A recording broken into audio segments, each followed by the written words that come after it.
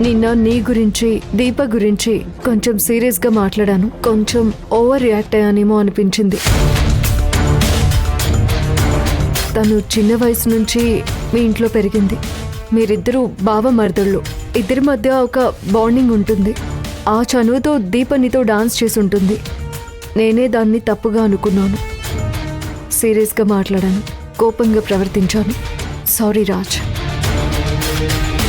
అయ్యో, అది ఏం బాధపడటం లేదు. నువ్వేం పట్టించుకోకమ్మా.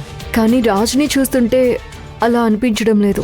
నేనన్న మాటలకి మనస్తాపం చెందినట్టు అనిపిస్తోంది. అయ్యో, అలా ఏం లేదమ్మా. ఏం అదేం లేదు కదా. అదేం లేదమ్మా. అలాంటిదేమన్నా ఉంటే నేను సర్ది చెప్తాను కదా. నువ్వెళ్ళి రెస్ట్ తీసుకోమ్మా. ఆర్ యు షూర్ అత్తయ్య? అయ్యో నిజమమ్మా, నువ్వెళ్ళి రెస్ట్ తీసుకో.